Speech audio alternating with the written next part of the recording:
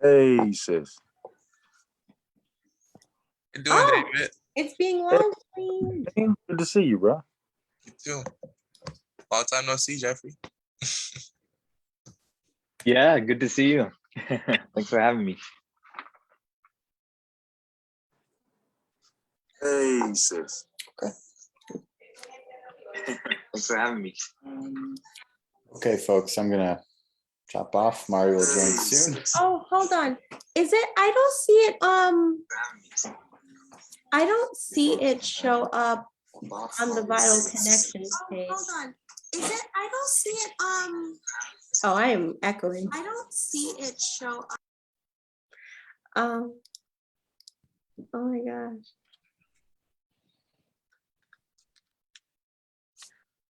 I don't see it. Are you streaming on Vital Connections Facebook page? Yes. Okay. Why don't I see it? I don't have a Facebook account, so I can't see if this link works, but this is the link that it says that it's at. Okay, I'm gonna click on it because I'm gonna manage it. Okay.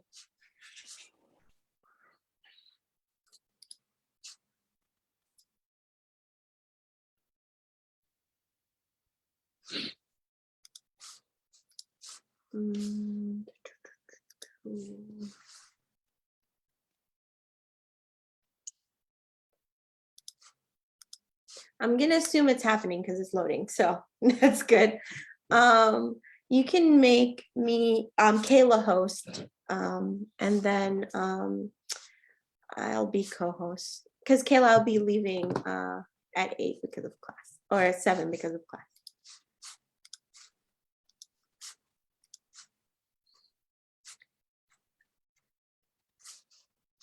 Kareem, would you like to test your slides? We have to make Kareem co-host. Am I host again? Yes. I'll make you co-host, Kareem. Oh, perfect. All right, can you guys see my screen? Mm-hmm.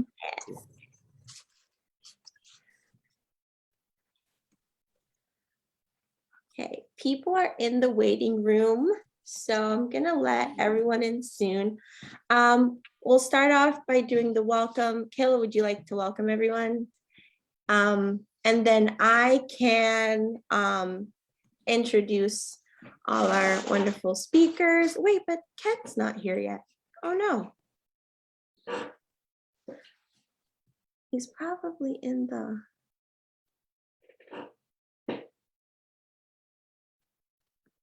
Hold on.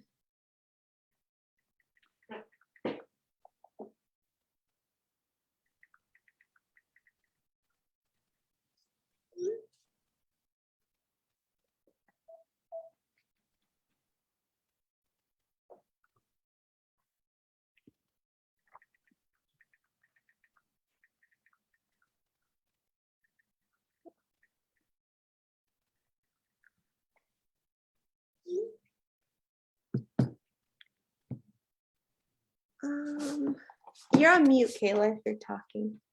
Oh, okay. Kent's not here yet, which is, he's our final speaker. I just spoke to him, so not sure where he is, but do you think we should let people in and get started? Okay. So I'll introduce everyone, brief introductions for everyone, and then we can get started. Amina, because I'm not co-host, I'm not able to let people in. So if you can just keep an eye on that before you go. Yeah, I'll actually make you host. Okay. And then you can make me co-host. Okay. Kareem, and if that messes up the slide decks at all, like if you lose anything there, let me know.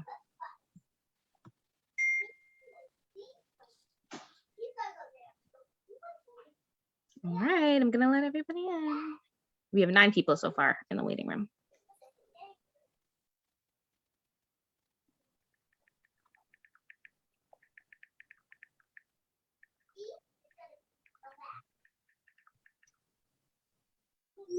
Hello. Hello, everyone.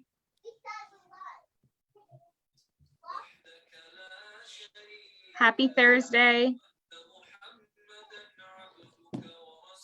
Excited to see some new faces and some returning faces here tonight.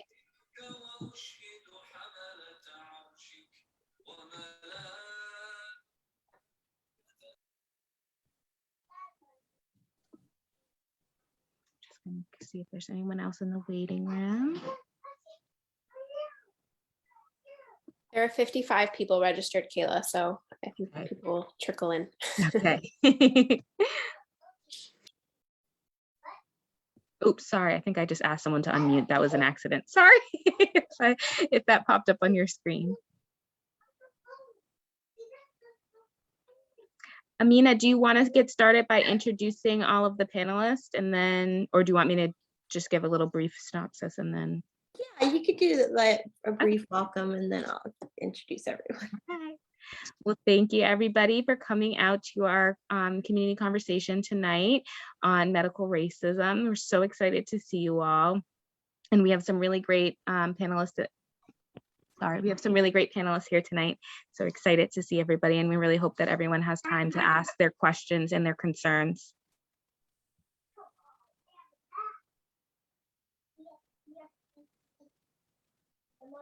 Is someone saying something?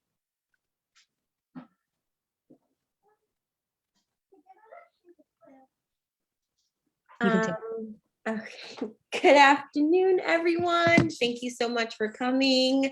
I'm Amina. I work with Vital Connections. And just starting to introduce tonight, our topic is a heavy one, but hopefully we can share openly and learn more. We're talking about medical racism in the era of COVID. Our first speaker is Kareem. Oh my God, I'm so sorry. Kareem came. If you can give a wave.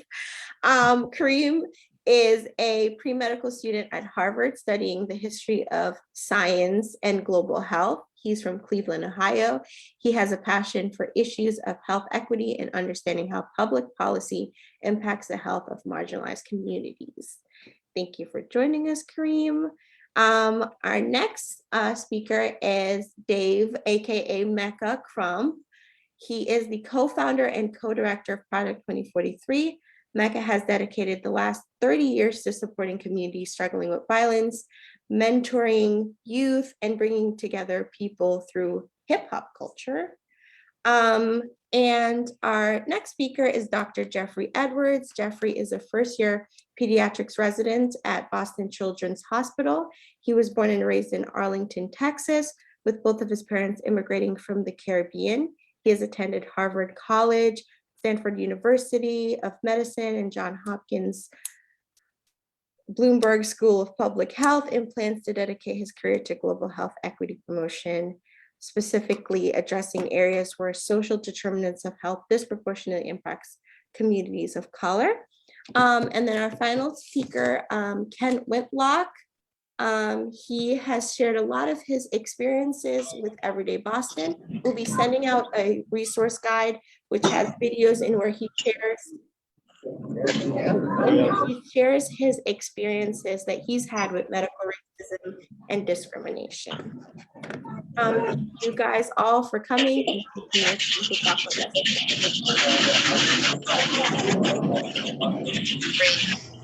Roller skating back in the 80s, early 90s. Folks that like people in the community like remember and talk to, like actively reach out to. We're the ones that do. So are we ready to get started? Great. So good evening, everyone. Thank you for that introduction, Amina. My name is Kareem King, and I am a junior pre-medical student studying history of science and global health, as she mentioned, but I'm also the community engagement director of We Got Us. And today I'm excited to be talking to you guys about medical racism. This is a topic that our organization makes sure that we really want to approach in the most effective way possible when it comes to helping our communities understand history that's like kind of behind this, and also making sure that we acknowledge it and any information that we give out to the community. I also do want to acknowledge that this is a particularly heavy topic. So if you guys ever like feel a need to kind of like unmute, like say anything, like have any questions throughout the presentation, feel free to do that. Or if you feel like you need to take a step away to kind of gather yourself, if something like comes up during the conversation, please know that you're more than welcome to do that as we kind of approach this topic. And with that, I'm going to share my screen. Can everybody see my screen? So as I mentioned before, my name is Kareem King, and I'm the Community Engagement Director of We Got Us. And today I'll be talking to you guys a bit about who we are, why we're here today. So talking about our discussion on medical racism and how we kind of see that in the modern day with the COVID-19 pandemic. I also have a short video I'll be showing you guys at the end to kind of like give you some ideas of the kind of work that goes into doing vaccine equity work with the community, as well as having a short Q&A with our panelists that we have invited here tonight. So with that, the first thing I want to do is kind of introduce our organization. So We Got Us was founded in January 2021 to address the inequities we saw when it came to who was giving out vaccine education information to communities of color. Our founder always tells this story of how, as a medical student, she was like home for the winter in 2019, and she saw that like her family members were coming to her when they had questions about the vaccine or like where to actually get an appointment, thinking about what questions they had and like not feeling comfortable going to their doctor to ask these questions. So for her, that kind of like showed her this lack of trust when it came to our people in the medical institution and actually seeking information from them. So she found this organization to kind of be that bridge to our community and also like provide us with people who look like us to talk to us about the information. And with that, organization does both in-person and virtual engagement to basically engage our communities about COVID-19 education and where to get the vaccines, as well as providing resources. So things like masks, sanitizer, and PPE. And over the winter, we've also been working with the homeless to provide things like gloves, scarves, and other needed materials to people in need. So with that, kind of approaching this conversation, the first thing I want to mention is like kind of why we are in existence. So thinking about who's actually been affected by the COVID-19 pandemic the most. This is a map of the Boston City neighborhood, the Boston City, and some different neighborhoods throughout the city. And what you can see here is that the dark purple kind of shows where the higher incidence of COVID-19 rates were, unadjusted for age. And what you can see is that in purple, we have the Dorchester, Mattapan, and Roxbury areas is like some of the most heavily affected by the COVID-19 pandemic in 2020. And these were also the communities that traditionally did not have access to the information they needed to kind of feel safe in getting vaccinated or like basically accessing vaccine appointments and testing sites. So we found that people in these communities were farther away from these sites, or they had certain barriers that were in place that prevented them from even getting the vaccine in the first place. And all of these things kind of play into this approach that we have to our vaccine equity work, which is kind of moving beyond vaccine hesitancy, which was a term that was used by the media early on to kind of say that Black people didn't want the vaccine because they were afraid of what the medical institution could do to them. And while that's a very real concern with our organization, we also want to acknowledge all of the barriers that exist to us even considering it in the first place. Thinking about where vaccine appointment testing sites actually were, and early on how most of them had to be, most appointments had to basically be gotten online, where people might not have access to internet or the ability to essentially sit on the vaccination testing sites to actually access the information. Thinking about where testing sites actually were and who had access to them during this time, as well as language barriers. So thinking about how people from minority communities might not be able to actually converse with their medical provider to ask the questions they needed and feel safe in making this decision. Thinking about taking off sickness days if they actually had side effects from the vaccine. So people being afraid that if they got the vaccine that they might have to take off from work, and that could mean they could lose their job and not be able to provide for their families. And then also medical racism, which is the main topic of today, and thinking about how safe we feel in the medical institution because of the historical wrongs that have been caused to communities of color by the medical system. So in approaching that, I want to basically give out 4 discussion questions to kind of guide our discussion today. These are just some things for you guys to think about as we kind of approach this topic and to kind of keep in the back of your mind throughout this discussion. So the first question is, what is medical racism? So kind of how do we define it, and what does it mean when we think about the COVID-19 pandemic? And also historically, when we look back into history about this. Second question is, what is medical distrust? So what does it look like? How do we see it in our communities, and how has it basically been produced? Third question is, where does it come from? So thinking about historical wrongs that have been done to our communities, and also where it arises for our own individual circumstances. And then the fourth and final question is, what can medical institutions do to regain the trust of Black and Brown communities? Thinking about the pandemic, and also afterwards, once the COVID-19 pandemic ends. So to start off, I want to ask you guys the first question that I posed for our discussion. What is medical racism? And at this time, please feel free to unmute and just like say what you're thinking, or like write something in the chat just to kind of give a general idea of the definition. So Angel hasn't gone. I know you came in late, so Angel hasn't gone. Well, thanks. Good afternoon, everybody. Thank you for having me. Angel Howell, New England United for Justice. Why do we need good jobs? I think that a lot of the problems that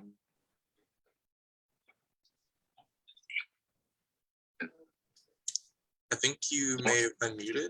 New England, one of the richest cities in America, and I think that, I don't even think, I know that our people have been systematically, and let's just say separated, from the financial money flow with some of these Fortune 500 companies. So it's Yeah, I think Angel may have. Sorry about that. Did anybody else want to give their opinion about what medical racism means? Or kind of just type something in the chat?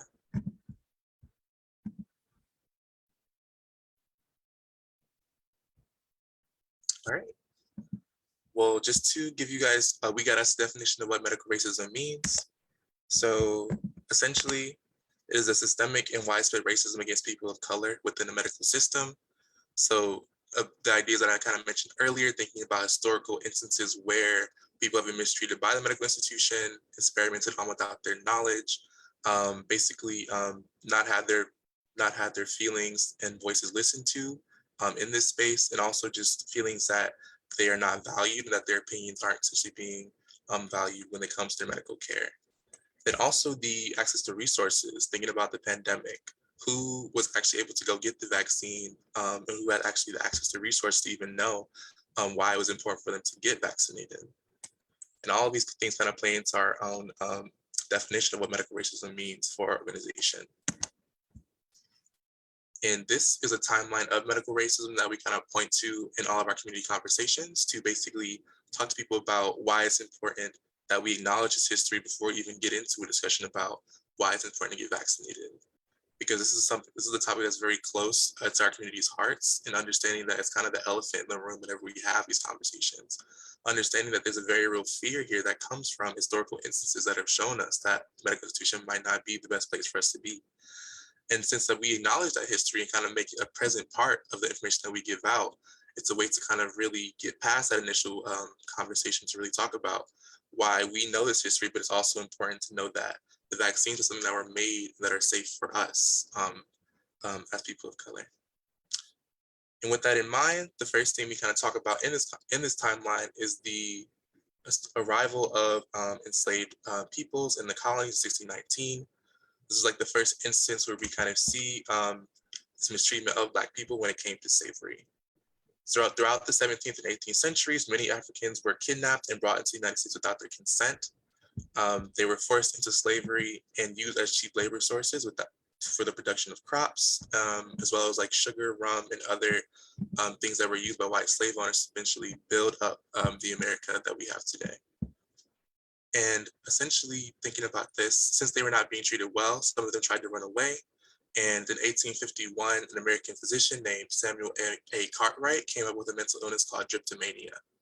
Essentially, this was a way to problematize the idea of slaves running away, because they felt like they tried to basically make it a mental illness that people want to be free from the enslavement that was being forced upon them for so long.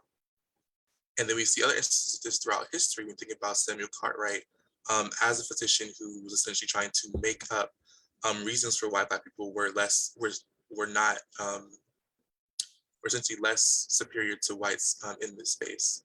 So basically coming up with different justifications for why Black people should be enslaved and continue to be enslaved even after they kind of got here and were in the Americas for so long. Then we jump forward to the modern day medical racism. We talk about the Flexner Report, which is basically a report that was published in 1919 on medical education in the US and Canada.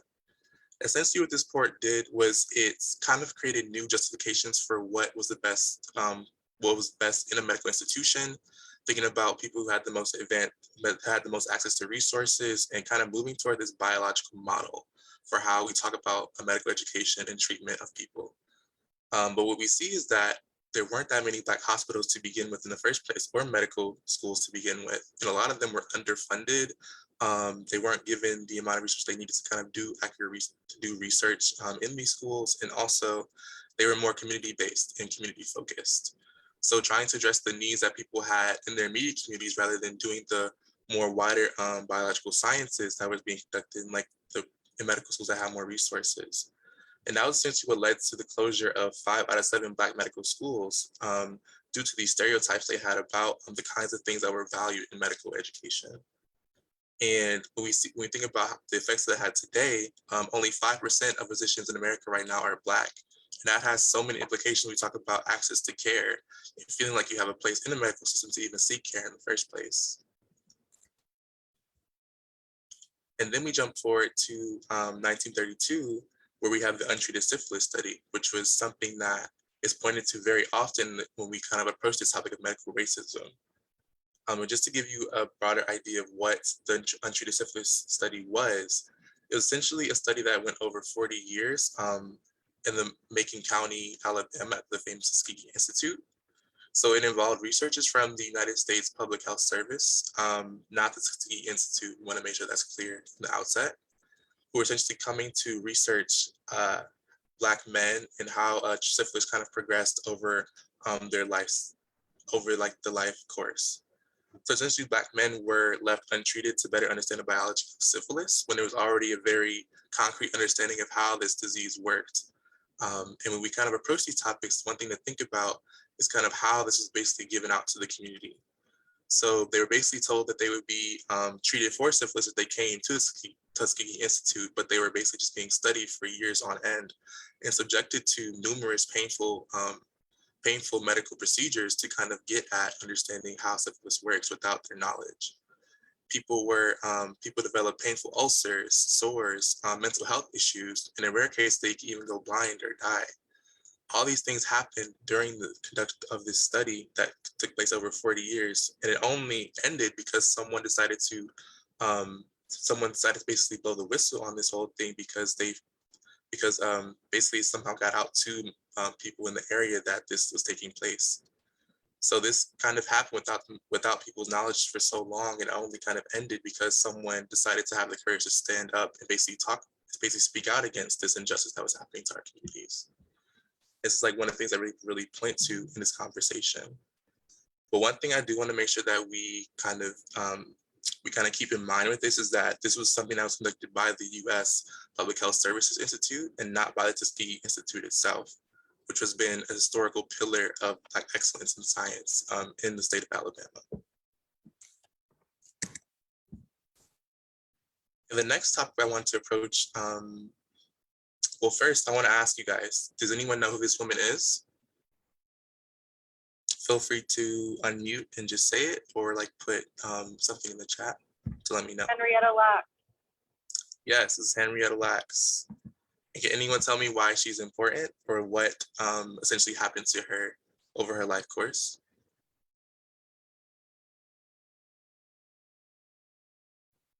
Okay. So yes, this is Henrietta Lacks. There are other Oh. models they speak to. I was gonna say, I think they took her stem cells. They used her for scientific experiments without her consent, I believe, or something. Low-cost hotel. Yes, thank you. Was that Angel? Yeah, it. Oh yes, thanks. So yes, Henrietta Lacks was a Black woman who lived between 1920 and 1951. Essentially, they took her cancer cells and used them to develop further studies. So she visited Johns Hopkins Hospital in 1951, complaining of vaginal bleeding. And after examining her, the gynecologist found a very large malignant tumor on her cervix. So as she kind of began undergoing treatment at Johns Hopkins Hospital, they took basically a sample of her cancer tissue back to a tissue lab to kind of do further studies on it without her knowledge. And what they found is that Henrietta Lacks's sample, later called the HeLa cell line, was able to replicate continuously in ways that previous cancer cell lines had not been shown to do. So they were able to basically use this to kind of produce more cell lines to do further studies on things like how cancer cells respond to different drugs and radiation treatments, thinking about immunology and the best ways to kind of think about how to address other diseases, as well as they were used for further studies that kind of really, that basically really and also they were kind of used to study things like toxins, drugs, and hormones and other viruses in the growth of cancer cells without experimenting on humans. And basically all of these medical innovations were done without their family's consent, and also to use these cells or even giving them credit for, or even giving them money or any monetary credit for these different discoveries that they made over the years. And more recently, we found that these cells have actually been used to study the COVID-19 vaccine. So while we talk about Henrietta Lacks, because it kind of tells a story of the historical inequities that exist in this space, thinking about how Johns Hopkins was only one of a few hospitals that actually treated Black people during this time. And it was also one of the hospitals that actually collected cancer cell lines to do further studies without their knowledge. There were news reports early on about how these cells were being used without the family's knowledge, but also how they were basically publishing her medical history online without her family's consent. And also at one point they published her genome for the entire world to see, so they could basically replicate this in their own scientific studies. So really it's a story of how medical information is used by people, by the medical institution, understanding why it's important to get consent from patients before using these, and also making sure that any kind of way that you use these samples is informed by the community, the people that you're getting it from. And with that, I also just wanted to say that kind of in talking about the HeLa cell line, understanding the modern day uses of it, the medical institution actually did end up reconciling with Henrietta Lacks's family many years later and kind of using these cell lines. So where before it was a thing where they were kind of taking them without the family's consent, now they actively hold up Henrietta Lacks as the original progenitor of these cells, and have moved into this phase of celebrating her life and the accomplishments that were made because of her cell line. So really it's about recognizing where these cells come from, and also making sure that we're being respectful in the way that we use biological information for patients in the medical system. So the next question I wanted to pose to the group is, what is implicit bias? And essentially, does anybody want to give me their own idea what that might be?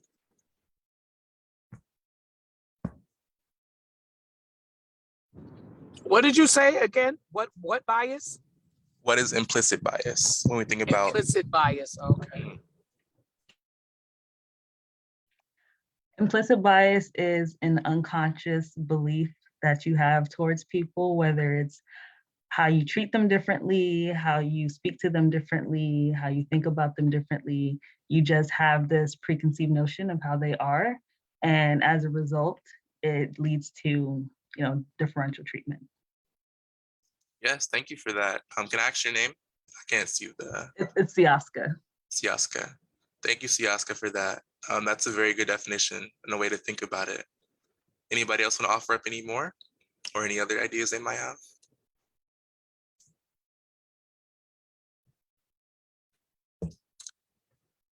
So yes, as Siaska said, it's basically like a way that you kind of think about someone that's based on that's rooted in things like stereotypes and prejudices and attitudes. And that essentially affects the way that we kind of think about someone and the actions that we take as a result of those unconscious biases. And thinking about how that looks in a medical institution, for example, implicit bias could be an assumption that Black women feel pain, not in the same way as like a white woman does. And that leads to all kinds of problems when it comes to medical treatment and thinking about how Black women are more likely to die during birth because they might not have their concerns being listened to by the medical physician when they're expressing their pain. Thinking that someone who comes to the emergency room in a disheveled or dirty might be a drug addict or homeless, that certain manners of speaking are isolated to a particular group of people.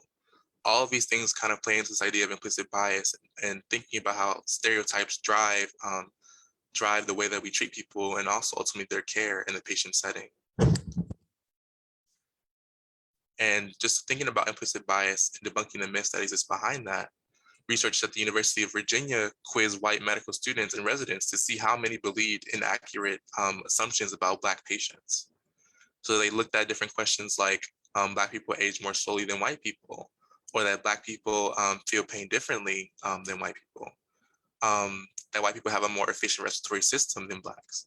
Essentially, different questions they kind of asked the group to like see where their mind lied when it came to this idea of implicit bias and how that might affect the way that they treat patients in the medical system.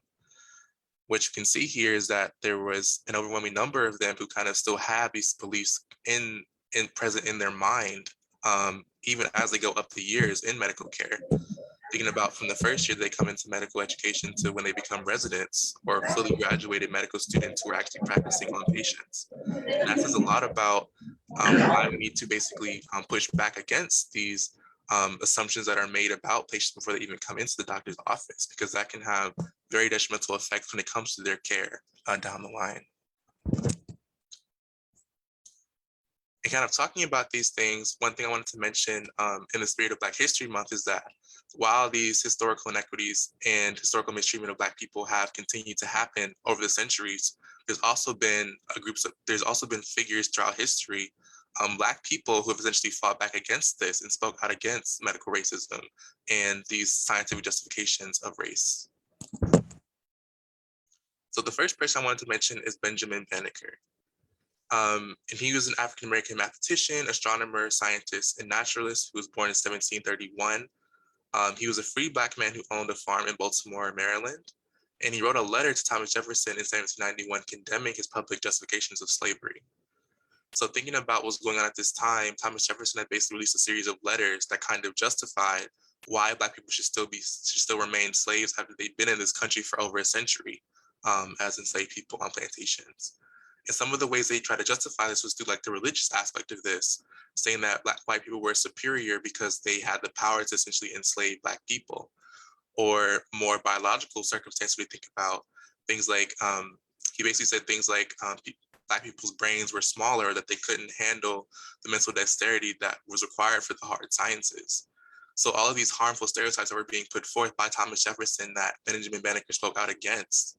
And he's actually one of the first people to actually have a successful argument against a famous political figure and have them actually like take back what they said when it came to these topics. So he sent a letter to Thomas Jefferson in 1791, basically talking about why all of the things that he was espousing to the public were wrong when it came to enslaved people and Black people in general. And he actually got him to respond back, basically retracting some of the things that he said about Black people. And it's kind of one of the real wins that we kind of seen early on for thinking about why Black people are not actually different from white people at all. And it's kind of all just been like this justification to make sure that they remain enslaved. Moving forward in time, we have W.E.B. Du Bois, who was born in 1868. And he was the father of American sociology, and he was like a big figure in pushing back against the social Darwinist theory, which is essentially this idea of survival of the fittest, or saying that the people who had the best adaptations were the ones who were most equipped to survive. And what we see in the turn of the 20th century is that much of American sociology was founded on this racist idea of the survival of the fittest, and thinking that because white people had the most resources in society, they were the most superior race, and that Black people should basically remain below them because of that justification. But what W.E.B. Du Bois found through his study of the Philadelphia neighborhood in 1899 was that there were so many underlying barriers that were preventing Black people from actually realizing their full potential in our society. So in 1899, he published The Philadelphia Negro, which was a study where he basically spent over 850 hours surveying 2,500 households in the Philadelphia area. And it was one of the first books highlighting those social barriers that Black people faced. Things like having to remain in certain communities because they felt like they couldn't move out of them without facing violence from their white neighbors. Thinking about how they were relegated to certain jobs because it was the only thing they were able to do and still be able to basically provide for their families.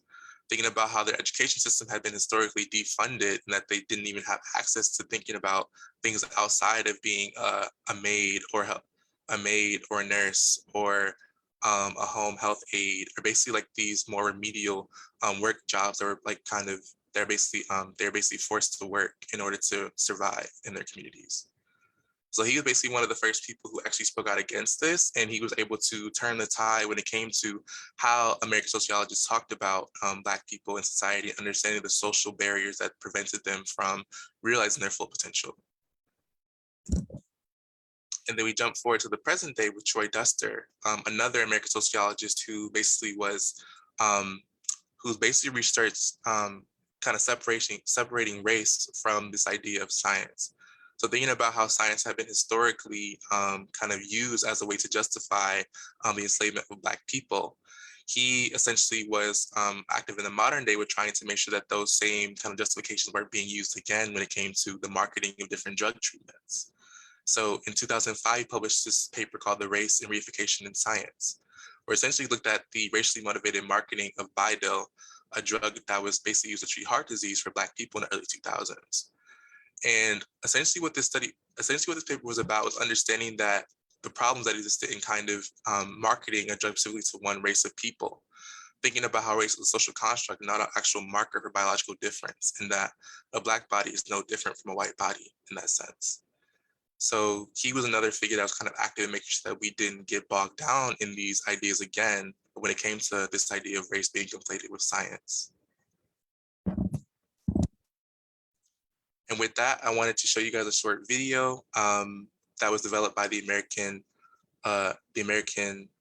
Association of American Medical Colleges to kind of talk about this idea of trustworthiness and community and understanding how that applies specifically to the context of the COVID-19 pandemic. So with that, are there any questions before we show the video that you guys might have or kind of were looking to get answered?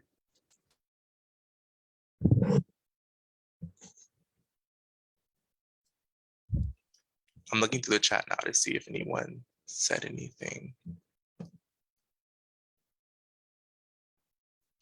Okay. And that means we're all good. So I am going to pull up the video. And essentially just making sure we think about these 4 questions we talked about before. So what is medical racism? What is medical distrust? Where does it come from? And what can medical institutions do to regain the trust of Black and Brown communities in this space?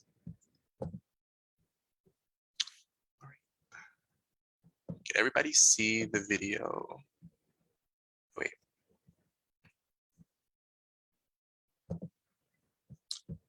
Share my screen again.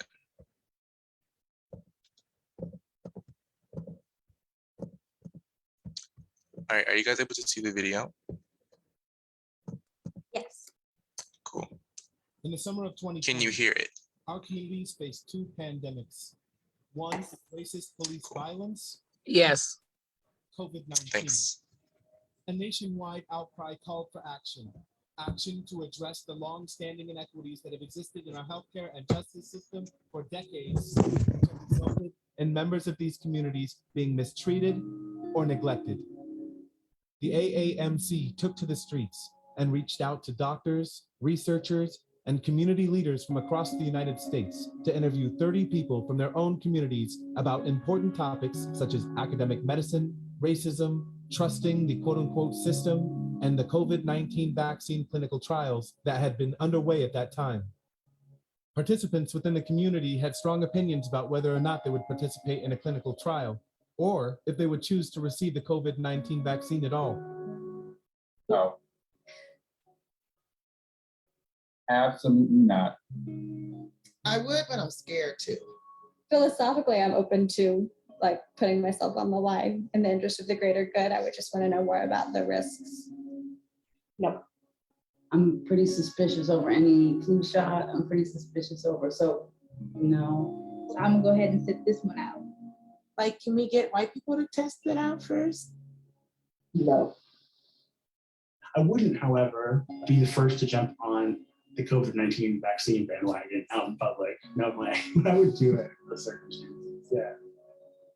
I would with a reservation. Unless my physician had received it herself and signed off on it, I probably wouldn't. I would not participate in a COVID-19 vaccine trial. So when I hear clinical trial, I hear guinea pig. I don't see myself as a guinea pig. Do I really want to sign up to be a research guinea pig in the medical community?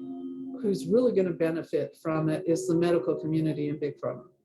I have been impacted by my grandmother who told me horrific stories about Black and brown people receiving vaccine throughout the year. So it's just not for me right now. You know, I always go back to Tuskegee. You know what I mean? Everybody knows about Tuskegee, but not everyone knows about the easy measles, and that took place in South LA on Hispanic and African American children. People have long memories. I'm sorry. It just, I have like a prideful over my body. I don't want something going inside my body and it just messes up my system. That's just me. But I can tell you the consensus within this community immediately, and then my greater Facebook community, which goes from one end of the country to the other, north and south, east and west, collectively, we're not doing it.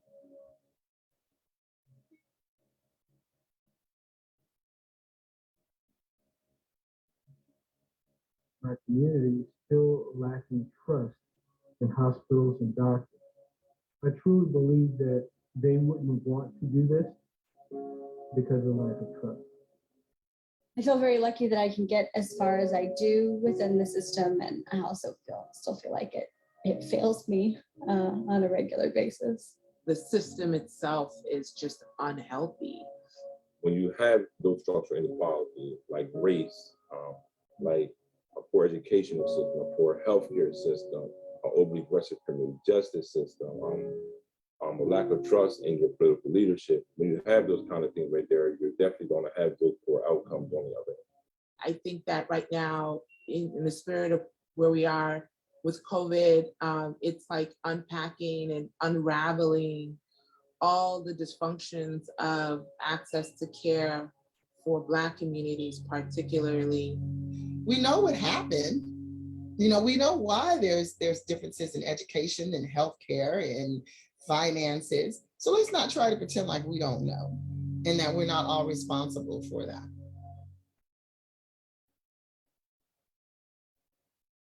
Many times in research, there's these one-off trials or conversations that happen, and there's no real continued investment in people, because it feels like very one-off as opposed to consistently caring and checking in with people. That making sure that they are working with them from the beginning. Just don't go in there and have a project already designed and thinking that you know all the answers. The research tends to go a little better when it feels though it's more of a democratic process than a dictatorship. Your advocacy needs to be constant in the community, and if you haven't built that relationship, if there's no relationships built, then it's kind of hard for that partnership to truly work. And I feel like that is something healthcare doesn't do. They're not honest with what they are doing. They sugarcoat it, which is something they shouldn't do, because this is our bodies. This is our body. We have one body. We have one life. You shouldn't have to try to play someone with that. I think it goes back into really investment in the community, trust building, and when I think about investment, it's not always like it definitely should be, funding, like resource wise, but it also could be, time and continued relationship building and continued checking in. So if you're serving communities or you're training in a community that you don't really have a connection with, you don't know the lay of the land, you don't know the reality of your patients, you know, and the people that you treat and care and evaluate, like, that's problematic. If I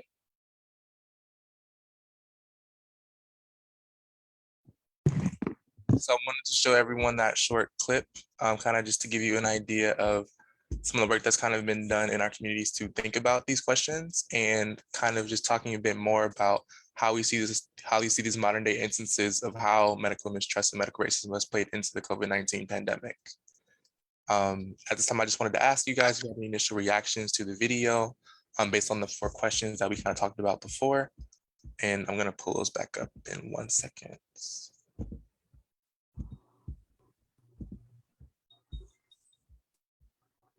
Yeah, any initial reactions, thoughts, or things that you want to talk about?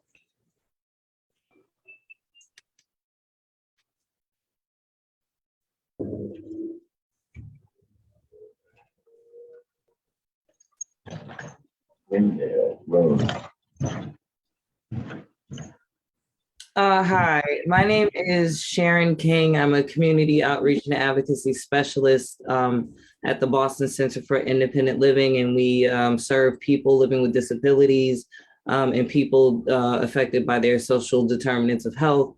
And I want to say, like, you know, this video basically echoed a lot of what I hear on a regular basis in my personal life and my professional life.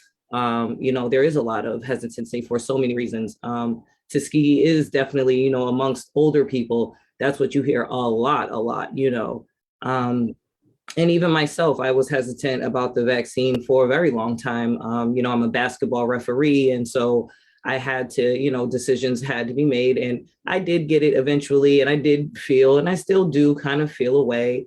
But, you know, that's to be said when you have the history that people, you know, Black people and people of color have had in this country and are still having to this day. Like they said, it's more than one pandemic going on right now. So I definitely identified with this video, and, you know, it is kind of reassuring to know that, you know, it doesn't feel like a conspiracy. It doesn't feel like, you know, we're not making this up. This is a legitimate concern and it should be addressed. Yes, thank you for sharing, Sharon. Yeah, that's one of the reasons I wanted to show this video, because it really kind of speaks to some of these topics we were discussing today.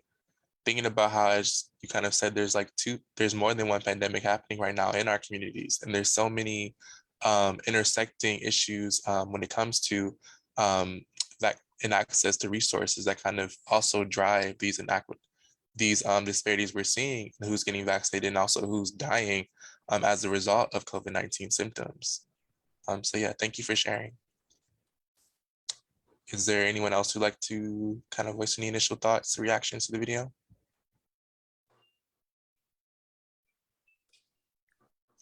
I have a question, and I think it'd probably be a good opportunity to pull in some of the other speakers, so Kent, Mecca, and Jeffrey. And I'll just put this question open to anyone who wants to answer.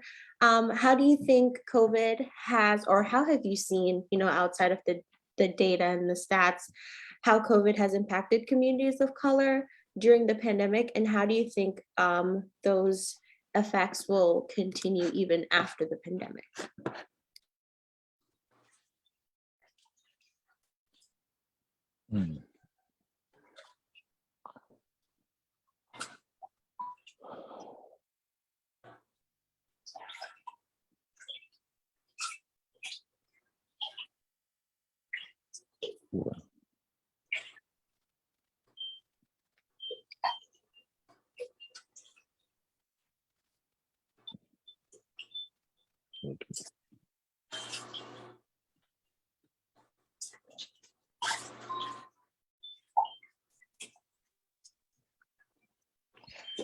I can chime in. Oh, sorry. Is someone else No, gonna? go ahead. Oh, okay. No, go ahead. Thank you. Yeah. So just to reiterate, I'm Jeffrey. I'm a pediatric resident at Boston Medical Center, Boston Children's Hospital, and there was a week or 2 weeks in early January in which literally over half of the patients in the hospital had COVID. And this is at both Children's and at BMC. And if you looked at the patients who had COVID, like the majority of them were patients of color, and a lot of them were individuals who maybe, I see children, so not everyone had the opportunity to be vaccinated, but a lot of them were situations in which maybe family members weren't vaccinated and then younger children got it, or children themselves weren't vaccinated, or were, and so it was really hard to see as a Black person, just like go in and see a situation in which, this is something like I'm at the intersection of medicine and also being a Black person in America. And, I understand the history and the horrific history that scientists and health professionals have had with communities of color, and particularly Black folks in this country, and the ways that we've been experimented on, that we've been abused, that our pain has not been believed, and the ways that continues to this day. And so it's really challenging as someone who's kind of in the middle, because I see that and I understand and I feel that hurt and that distrust that's been built over time, like a callus. But then it's also hard to be a medical professional and trying to connect with, with the people who look like you and who have just completely different opinions on the vaccine or other things within medicine, different medical interventions. And I'll just say it's really challenging because I want what's best for our communities. And I've been so fortunate to be trained at such excellent and well-funded and unbelievably well-funded institutions that have a lot of research, and I've been the beneficiary of that in many ways. And so I think that it was just, it's been challenging to make that balance, and I try to be that connection, that bridge between different communities, because I've been so fortunate to be in these positions where I, have had an MD and training in public health as well on, the actual science behind all of this. I understood it very intimately. I was in one of the clinical trials because I knew that mRNA technology was going to be successful and was very excited about it. But that's not a privilege that most people of color and particularly Black folks have in this country. And so I think it was challenging to see that and to do everything I could to also make sure that patients who were in the hospital weren't being treated any differently or poorly because of, but I think regardless of your decision to get vaccinated, everyone deserves the same highest quality of care. And so I think that was something that I had to, thankfully not as much because I'm in a great training program where people are aware of these biases and of the impacts of scientific and medical racism on communities of color. But I think there were still times in which I had to remind people, not everyone had the same level of access to information. Even if they did, not everyone was in a place to receive that information. And so that was something that I struggled with. And then in terms of how do I see it impacting us beyond? I think this is just I think this pandemic is one set of, just one example and one highlighted and, focused on example of the ways that medical racism plays out. But I think these things happen on a daily basis with other things, with cancer screening, with blood pressure screening, with other things that, where we would benefit from better connections to our providers. And I think that is something that impacts us and will continue to impact us for decades, while us, and by us I mean healthcare providers and professionals and scientists and public health professionals, rebuild trust that we have lost because we have been conducting research and giving out care in a harmful and inequitable fashion.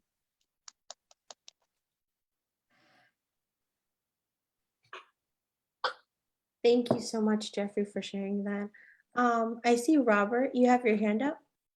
Yes, I'm out in the community a lot, and I'm fully vaccinated, boosted, and I have, a high level of access to the community. I'm a sports official, just like I think it was Sharon that said.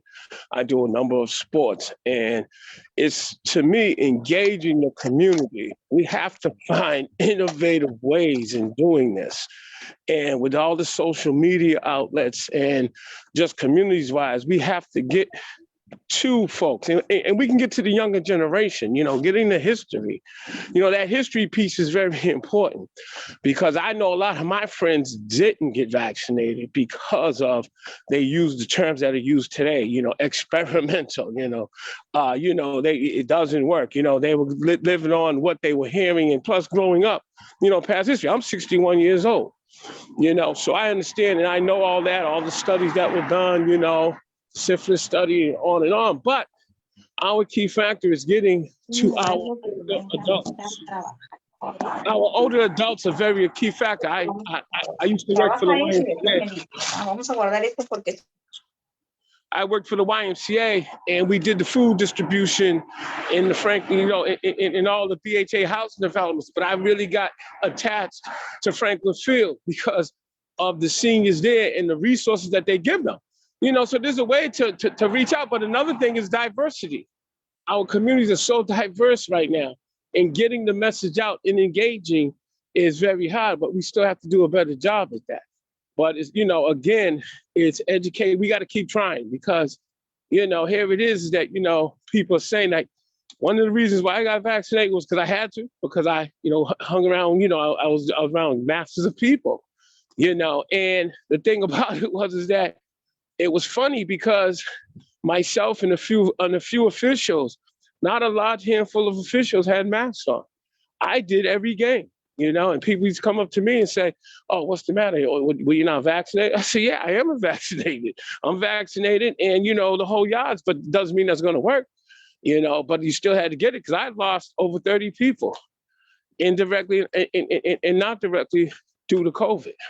And I think a lot of them, like, I've never ever, in all my years, know of like 10 or 12 people who died in their sleep. And it makes me wonder, is it because of COVID they didn't go to the hospital, or was it because they wasn't watching their health? We'll never know that. So I just wanted to make that, I just wanted to give that speech there.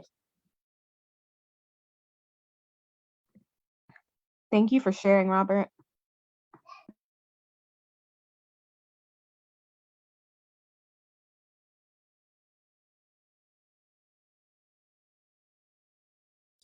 Does anyone else have any questions or comments? I have more questions. I could keep going, but I would love for you guys to also lead the conversation as well.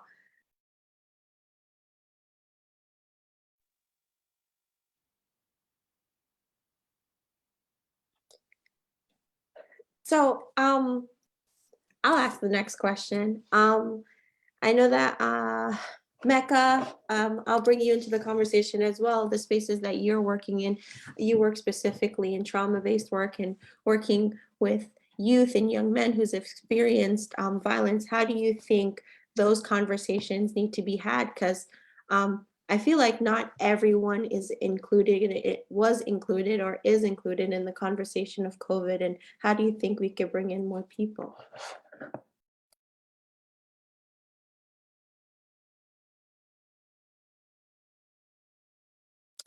Oh, you're muted, Mecca.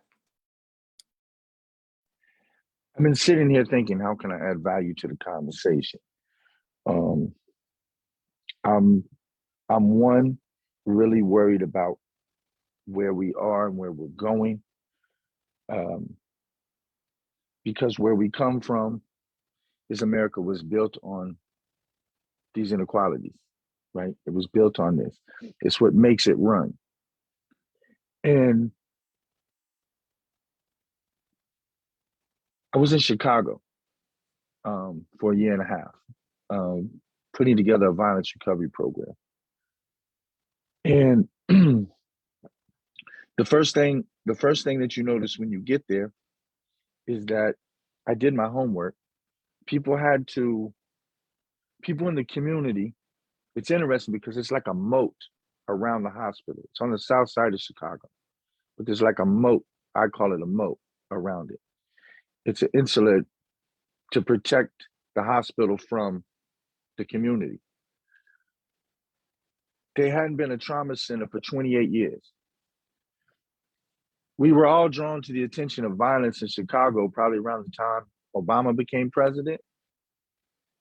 But the violence in Chicago since the 60s has been steady. It's been, like this. It's been steady. So understanding that, where on a weekend, 20, 30, 60, 70 people could be shot. That's the north side, that's the west side, that's the south side. It could be really concentrated in either one of those neighborhoods, but what made it particularly evil on the south side is for 28 years, they had decided not to have a trauma center at the University of Chicago Medical Center. So it wasn't until 2017 that I got there and started doing work. The history of the hospital is just like any other hospital in the country run by white folks. Studying is the thing. We got to study what's going on. The people in the community, they're studied out. So what I'm worried about is just the common humanity. How could you not have a trauma center on the south side of Chicago when all around your moat, people are being killed? And Chicago is very big blocks. So I used to drive all the way down to 150th Street and drive all the way into downtown Chicago. Takes an enormous amount of time. That's where people were being shot in those very southern parts of the city, had to traverse the traffic, depending on what part of the day, to get to the center of Chicago at Northwestern University to be treated for their injury. Imagine how many people have died on that journey. Imagine how many people have died outside of the hospital. That's only 5 years ago that center turned into a trauma center. Now, here's the interesting part. When you're there in the culture, right? Because white culture is the privileged culture, right? I had to go to meetings where they were really scared to death because everyone who works in the hospital most people come from the suburbs into the south side of work. They wanted to train everybody how to restrain people. There was a big movement that we got all these people going to be coming in here. We got to prepare for this. So what I'm concerned about is that what is white people doing to address this? Not no Martin Luther King breakfasts, because right now, look at what's going on in the country with voting. Like I'm concerned with, how do I say it? I'm concerned with the continuation of how King always said, the liberal, conservative white liberal is sometimes your biggest enemy, because what are we going to do to really address the real issues? I'm talking to white people. I'm not talking to people of color on the phone at all. How many white people here? What are we going to do to address this? That's my concern. I don't see white people, us, stepping up and addressing any of these concerns. So what I'm worried about, are we going to continue down this path where black and brown people are going to continue to lead for change? But that change doesn't happen until we as white people forget being an ally. When are we going to be conspirators for justice and for humanity? Because the day in and day out work that I've done in hospitals on a day in and nightly basis, when gunshot victims come in, white people are so scared of black people that they don't know how to interface and be human. I'm making generalized statements. Of course, there are humans of all colors that understand history and understand these things, but that's a small percentage of people. The majority of people are just reacting off of each other. And I'm talking about white people in these institutions. my job was always having conversations in real time to teach people how to be human. So if we're still at that place where us white people still need to learn to be human, I'm very concerned about medical racism. I mean, it's just racism. I'm very concerned that we're not in the game. So I'm wondering how to add value in this conversation, because I could sit up here and give you all these instances. I'm really trying to figure out how can I, as a white man, really make an impact with white people, but I'm not a great white hope. You know what I'm saying? Nor do I want to be, but I definitely I want to do more than, I feel like I'm in this world of reacting. I'm not in a world of being proactive and being loving. I'm in a reactive world, and it's exhausting. And I'm sure, I know by my life travels and my experiences, because I've always surrounded myself with Black and brown people, been married to a Black woman, and I have Black children, and I've raised Black men. But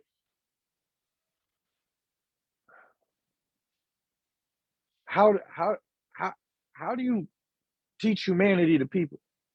If Martin Luther King couldn't do that shit, Du Bois couldn't do that, Frederick Douglass couldn't do that, where am I at in this equation? It's like this big monster. It's like, for me, it's all consuming. Racism is every day. So to address it, white people gonna have to jump in the game and do better than be like, oh, we gotta hire people for DEI, diversion.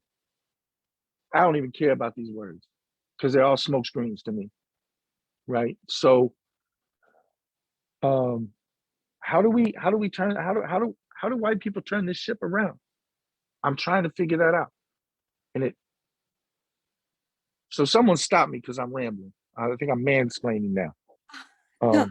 I'm so thankful for you raising these points and just being so open and honest.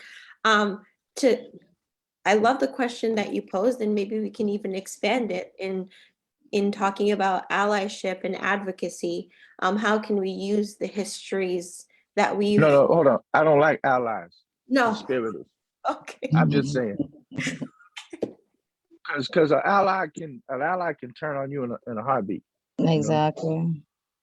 And I think that, what I've seen in my day-to-day life, because I choose to open my eyes and see it, I don't know. It's deep. Anyways, I'm gonna leave it there. So what's the next step? I guess I'll pose this to all our panelists and everyone in the room. Can I answer? Can I give my answer? Of course. Okay. What I truly believe, and from what I now am noticing, is that they choose to not stop it because they know they will lose that privilege. Unfortunately, because that's how they see it. They have that power over everyone else. They're the only ones that can change it because they're the ones that created it. So they're choosing, and they're not stupid. They're not dumb. They know what they're doing. They're just choosing not to do the right thing.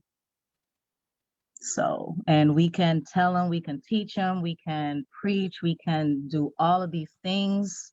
Like he mentioned, Martin Luther King, Malcolm X, everyone else, they tried, but it fell on deaf ears. It's up to them. So that's how I'm perceiving it.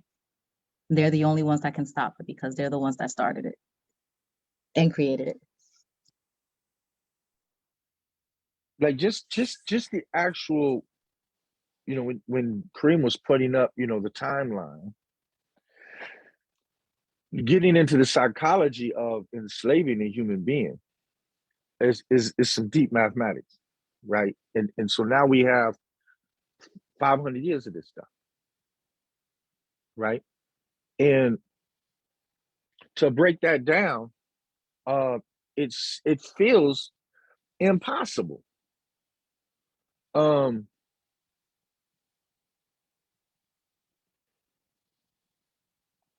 It's I, tiring. That's the word that you're trying to probably find. It's tiring. what is hurtful, speaking from my experience, um, is, you know, I'm a survivor of gun violence. Um, not a bad injury.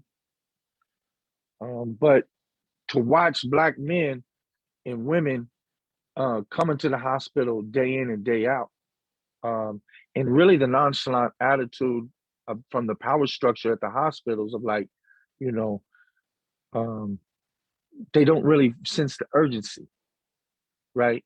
Um, Black death is a business. So how do we tackle that? Because it's a major industry. Especially for our organs. Yep, exactly. Yeah. It's just like anything else, even if you're like an only child and you get everything, you get all the privilege, you get all whatever. And then, okay, another child comes along. And that's why a lot of times, like the older one will be mean to the younger one. It's just like the same thing. When you're losing your privilege, you don't want to share. You don't want to whatever. It's like, oh, hell no. Like, you know, it don't matter. It's just like with the country clubs and all this stuff. Oh, no, I don't want to share the wealth. I don't want to. You know, that's why the brainwashing continues to today, because they don't ever want it to be any type of unity that we stand up and you know, what, Lord, unite with each other and whatever. That's what they're scared of. That's what they're truly scared of. Well, God forbid. They never thought that they never thought that slaves were going to be free, because they always thought that they were going to be subservient. They never thought, it never dawned on them that they wanted to be equals just like them. Yeah. They treat us less than humans until they need something that we have, like our organs and our, you know, intellect and, you know, whatever. That's why they try to keep everything that we do hush hush, because God forbid it should be known that they're smart. You know, we don't want that. And 9 times out of 10, we smarter than them. Excuse my French, but it is what it is. No, you spoke facts. You know what I'm saying? That's why they don't want us to know all the stuff that we created, invented, because this world wouldn't survive with all the stuff that we invented. Me driving down the street with these street lights, okay? So, like, it'll never be, because it'll never be a consensus where they want to share the wealth. Nope, I'm superior, that's it. I want all my privileges, and I'm not trying to share with nobody. And I feel like another thing is they're very intimidated by us. And oh yes, what they did to my ancestors, I'll be daggone if they do it now. Try that now. It ain't gonna go so easy. And I feel like that's what they're afraid of. And like you said, we have our marches. We've been fighting for a lot of things, which is a great thing, because they're seeing where we're coming from now. And like I said, they could be nervous about a lot of things. They're intimidated by us. They don't really know what to expect besides what we put out there. With situations of police brutality, you have all these issues with political agendas and things like that. They just really don't know what to expect. And like I said, it ain't gonna be easy to do what you did to our ancestors to us. So, you know, it's a lot of intimidation, I feel like. They're just afraid that we'll do the same that they did to our ancestors. And that's what, and we're not even going to do that, but that's what they have ingrained in their mind, that we're going to take revenge. Because we're not that evil. Exactly. And they know that we're not. That's what, and they know that. And that's the thing. We're not out for revenge. We're just letting you know it ain't going down like that. Yeah.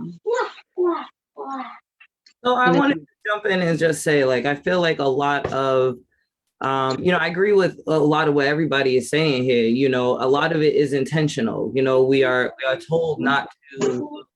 Let me go with this. The biggest thing that I hate and I hear all the time is therapy, mental health stuff, that stuff is for white people. That is something that was absolutely purposely ingrained into like, no, don't treat this Oh, health yeah. I help, always heard that you when I was know, growing up. that's kind of what has been taught. There's also, I there is people who don't know their rights, who don't know, that don't know their ADA rights, don't know that, ADHD, depression, anxiety, all of these things are, these are mental health issues. They're also disabilities, and that protects you under the ADA and discriminated against. It gives you, it accommodates you in a lot in housing, in employment, in education, and these resources are not shared purposefully. It's institutional, and it feels, overbearing because this mindset has been taught so regularly down generation through generation that the people that have the privilege are looking at it crazy, like, what are you talking about? Where I'm from, this is normal. You must be this up,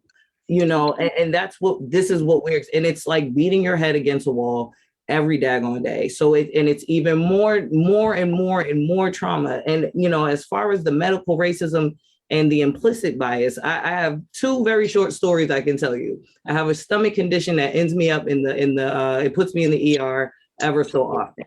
I went to, I'm not going to say any facilities, but I went to a well-known facility in Boston. I'm in the triage area, in the waiting area. I'm on a gurney in pain, and I swore very low, but it was a swear. The white woman at the desk starts yelling at me, told me I was disturbing the other man that was in the room. The man said, she's not disturbing me. I looked to her, I said, are you serious? She called security. Mind you, I'm in pain. I'm a patient. I am in pain. You have no idea what's going on with me.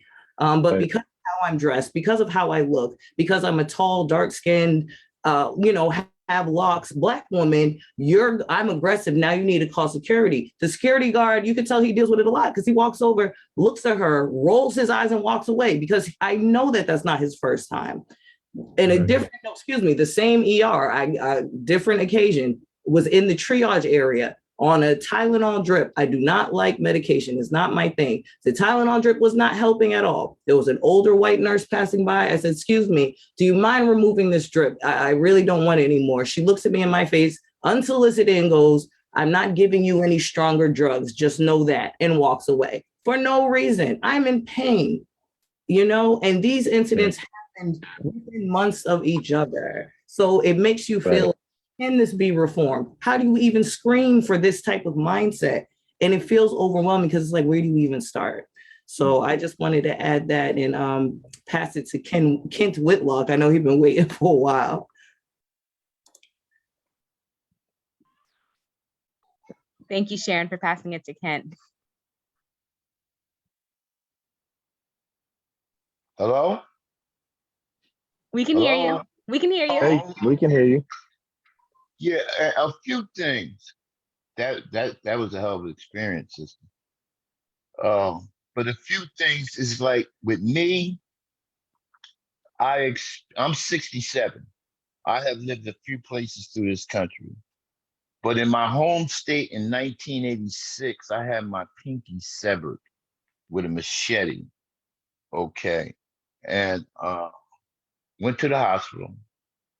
First hospital I went to in my home city, East Orange, New Jersey, they said, well, we don't do that work here. It was like, I thought I was like a car going to an auto body when she said, we don't do this work here. So anyway, they transferred me to the trauma center. And when I got to the trauma center, I had to wait for the plastic surgeon and the orthopedic doctor. That was like 2 hours. That went by. Got my pinky. He says, well, we're going to put movement back in your pinky. Unbeknownst to me, 3 months later, he put the wrong pens in my hand, my finger. That's when I found out that in the human being, your hand extremities extend, is like the pinky is the head office for the extremities, if I'm not mistaken, of all your fingers. So 3 months later, because I'm a certified barber. 3 months later, I'm thinking I'm going through therapy and everything. And the therapist and the orthopedic therapist is saying, you know, your pinky should be moving by now. And it's not, we're going to send you for x-rays. This is when I found out, you know, the surgeon put the wrong pins in my pinky, but I was still playing. I was still safe, but I had to go to get an examination through this other orthopedic surgeon who I was in a town. It's called Short Hills, New Jersey. If you ain't got money in white, you don't live there. So what are you doing going to the doctor there? Well, I had a little good insurance. So when I get there, to shorten the story, I was like the second one there. By the time the first one ahead of me came out the examination room and went wherever they went, 2 other people was there, and the receptionist, a white receptionist, kept saying, okay, the doctor will see you now. And I kept getting up, thinking that she was pointing at me, said, no, not you, her. And this went on for 3 different times. So by the time I got in his waiting room, that's when I found out that not only was the doctor who did the first surgery on a radar list because he had just came out of a treatment facility for his habit, and they introduced his license back to him in the state of New Jersey. I was his guinea pig. That's how I believe. That was my mistrust to that part of, how can I put it, medical treatment, you know, and that set me back. Those 3 months set me back 2 years because I had to learn how to use my hand again. Then I had to learn how to cut hair with that hand again, you know, and I couldn't get no benefits. And I had a family. And it led me back out to what I know best, but not healthy, which was hustle, because where I came from at that time. And I say this to mean this, we have a percentage of people of color, I believe, never met them, but I know I'm not the only one that went through this and some type of surgery, that couldn't get back into the mode of their work behind their reasons of health and their procedure, and led them, and I'm not saying this and condoning it, back out to do what it was best to take care, not just him, but his priority, which was their families. And we go through this now, you know, we need to, as people and as people of color and as a human being, instead of going through the change that, let's say, the society, the government, or whomever calls the shots, instead of going through the change they want to direct, we have to start directing the change, which we have, but we have to, just like we're in diverse communities, we have to be diverse about community engagement and putting not just the word out there, because some people don't read, some people ain't got no more time to read, some people been lied to so much by the medical field that they and lied and by another skin color to where as though they don't see their doctors in their communities to give them the information. So my hat's off to you, Jeffrey, and any other young doctor of color, because we must be amongst our communities in order to help straighten our communities out. You know, I take public transportation and I see the suffering amongst people that are younger than me, but might look older than me, or that are older than me and look younger than me, and they're suffering. We got to remember the era of closing, the government making sure the hospitals of poor communities, and at that time, Black communities, was shut down all around the country. You know, and I know it happened up here when, you know, I only been in Boston 5 years. I'm from Newark, New Jersey. So if it was happening where I'm from, it was happening here because the same milkshake that they was drinking down there called racism, they was drinking it up here. And they're still drinking it. And they're trying to distribute it. And what we must do, I feel as though do what I'm saying don't make me right. We must continue to direct our change. And our change must be for as people of color, diverse people mixed in with color. We must be about other than ourselves. We have to be. Now they suck the COVID on us, but what about the underlying medical conditions that y'all avoided for years and years and years? And now Miss Jackson is 69, and all you can say is she got 3 years left. That's going on. Don't think it ain't going on, because it's going on. So, I'm gonna leave with this.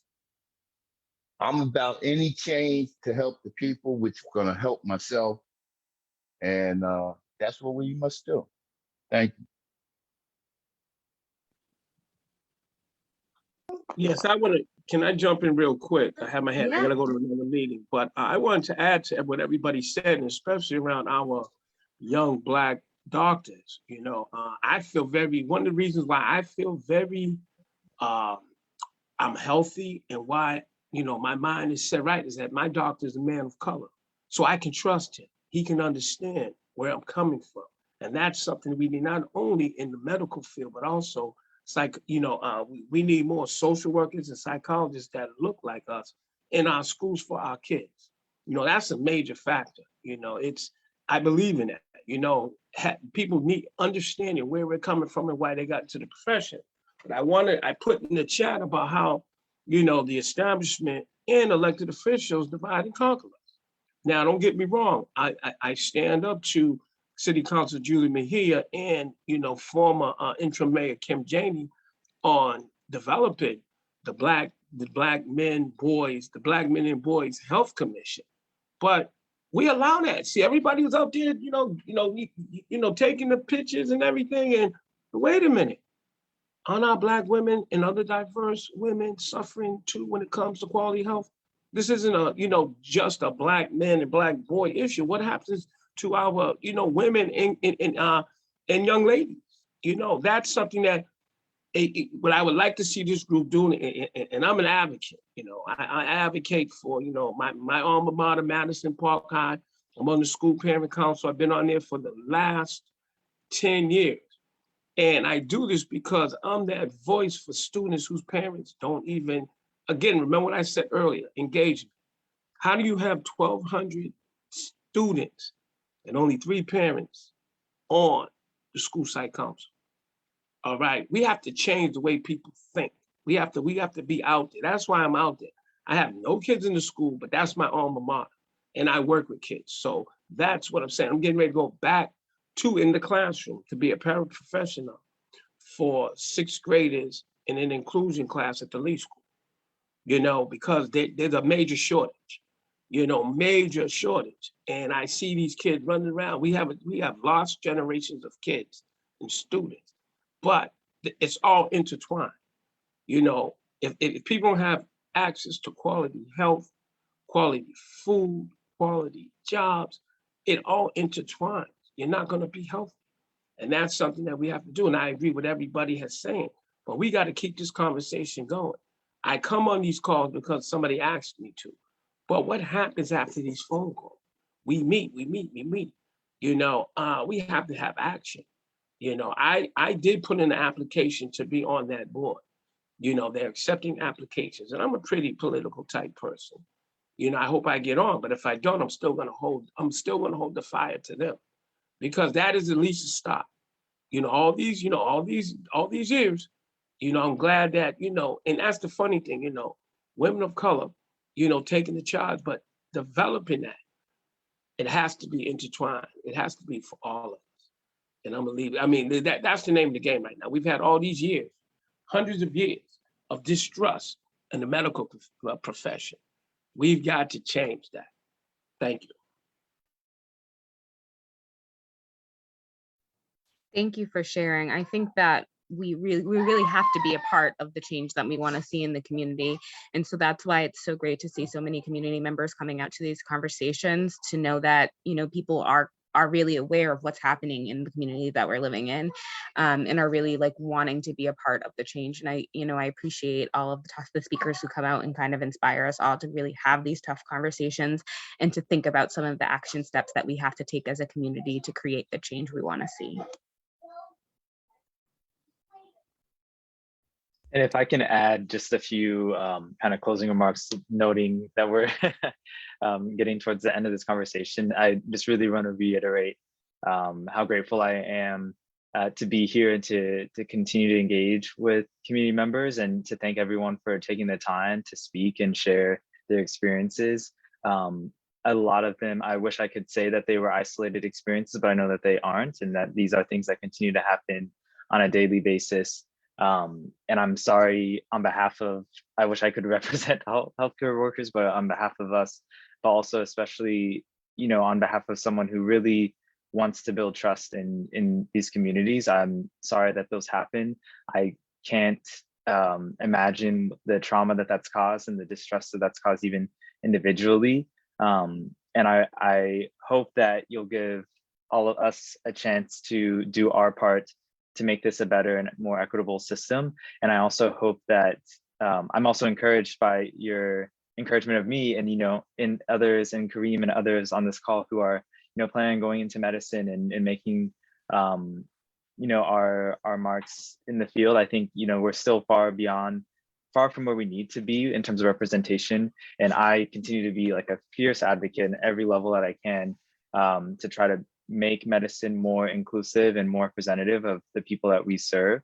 Boston is 25% Black, and you look at all of these top hospitals in what's considered a medical hub in the United States, and it's nowhere near 25% of nurses, social workers, physicians, nurse practitioners, all those things, and it trickles down. And even if, I think physicians, maybe we made a little bit of progress in my program, we're representative, 13% of our program are Black. But that doesn't account for, like I said, the other workers in the hospital. And that's where these things pile up, these microaggressions and macroaggressions, and just covert and overt racism happen on a daily basis. And so with such regularity, that's so hard to know even where to begin. And so I think I will continue to do my part in talking to my colleagues and convincing them the importance of this and how this literally leads to worse health outcomes and death. And I hope that you guys all continue to do your part in engaging and in being patient with us as we as a field continue to learn and grow. And you shouldn't have to be, but I appreciate your grace and patience that you've extended. And I just hope that you look for us, like we're here. I know, like I work mostly at Boston Medical Center and at Boston Children's, but I identify like so strongly with Boston Medical Center's mission and being super community oriented and engaged. And so please find us, like we are here and we want to help keep you informed and for you to make responsible decisions for you and your family. And so, I will always take the extra time that it's needed for my communities of color to get what has been denied of them for centuries. And so I know that I speak on behalf of many of us when I say that we are here for you now and always. And please don't feel shy about reaching out. And just echoing everything that's been said tonight, I just wanted to say thank you guys all so much for being vulnerable with us and sharing your experiences. We really wanted to make sure that this was a space where you could kind of really learn more about how diving more into medical racism, understanding how we still see that in the modern day, as I'm sure you all kind of experienced this on a day-to-day basis, and thinking about ways that we can potentially move past this and think about ways to reimagine our healthcare system. While we've seen that the COVID-19 pandemic has been something that's really affected our communities, it's also shown us that there's hope for the future when we think about organizations reaching back out to us to fund community engagement strategies with organizations like We Got Us, kind of really getting behind this idea of racial equity and understanding how we as change makers can reimagine what it looks like to have an equitable healthcare system. So just echoing what Dr. Edwards said, it's a kind of a slow process, but we really appreciate your grace and in working with us to essentially improve the medical institution for future generations. And if you're ever looking to learn more about We Got Us and kind of more of these discussions we do on medical racism or the COVID-19 pandemic, education, things like that, you can find us at wegotusproject.org, just a subtle plug. But yeah, thank you guys all so much for coming out tonight and listening to us.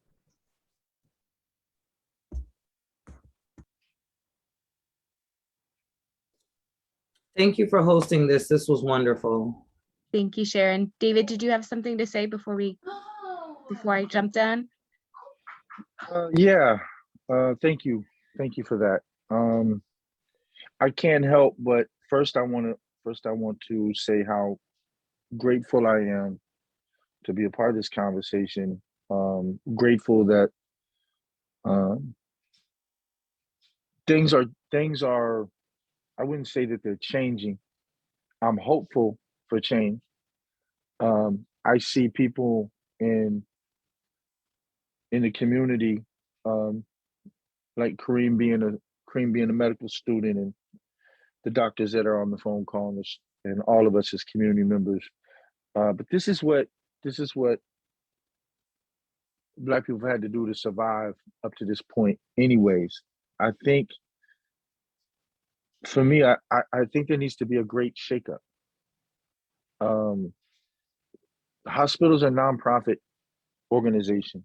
They are part of the what you would call the what do they say, the NGOs, right? Um, Non-governmental organizations, and it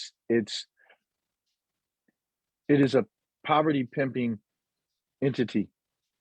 Um, and I think the exchange of power is where we're at now. I think that people from the community need to make their own decisions. They need to um, have that power base and be able to fund, because there's a whole system. And it's easy to throw these words out, right? It's easy to throw out, it's poverty pimping, and what does that really mean? What it means is that these institutions are not going to change until the power base changes, and that is where I'm really interested in us moving in that direction, because I'm impatient. I'm impatient specifically because my work is really just has been narrowed into the violence corridor, right? Community violence, and we're losing people every day. It's the leading cause of death now. Again, it goes back and forth. It's the leading cause of death in America right now. I just read that, right? And it's been that way in the past. And we're losing a lot of future doctors. We're losing a lot of future lawyers and mothers and fathers and loving people. And it's a game. And so I really want for the community to have that power base. And how do we get there? I'm a little bit more with Frederick Douglass than I am with Du Bois in this. And I've tried to give the system a chance of working within the system to create change. And what other alternatives do we have? We have a lot of other choices that we can make, but I think at the end of the day, I'm tired of the slow change. And just the fact that the judge can come on TV the other day and cry for the woman that, the police officer that killed that young man. There's too many to count, too many to reference. But I was really appalled by that. I was really appalled by that. Not saying I didn't get the humanity in all of it, but where's the justice in that? And we're still, I'm still effed up about my young man Trayvon Martin. Like, the dude who killed him is still going around. Like, we need change in the sense of economic empowerment. If we keep getting funded by the hospitals, and it's not going to change. So as much as I'm encouraged by seeing people of color in power, y'all need to be empowered economically, because that's the driving force, is economics. And so I'm wondering, how do we shake that up? Because otherwise, I just feel like in my short 51 years, I've been doing this work for 33 years now. And I'll be honest with you, I'm not seeing any change. In fact, I'm seeing regression. And so as much as like I said, as much as I'm encouraged by all the people of color who have opened the doors for me to come in, because I would never be in the position I'm in if it wasn't for Black people putting me in the positions that I'm in, because white people weren't reaching out to me to put me in these positions. That is this, and I guess in essence, I'm kind of refuting my own argument on my own thing here, because that is a lot of change, but it's not enough. So I'm just grateful that I was on this call, and I hope I added some value, and I'm just grateful. Thank you. Thank you everyone for coming on tonight. I just wanted to check in to see if anybody had any last minute questions to ask before our presenters logged off. Chris, did you have something to share or ask? Well, thank you so much to our presenters. Thank you, Kent. Thank you, David. Thank you, Jeffrey. Thank you, Kareem. It was so wonderful to hear this presentation. I'm so sorry. My son is having the time of his life in the background, clearly. Thank you so much for coming on tonight. We love it. Thank you guys for staying on a little bit late. And I see Amina put in the chat, if people are interested in having a second conversation or follow-up to really, delve deeper into some of these issues and talk about follow-up steps. I think that we would be happy to host that conversation if people are interested in it.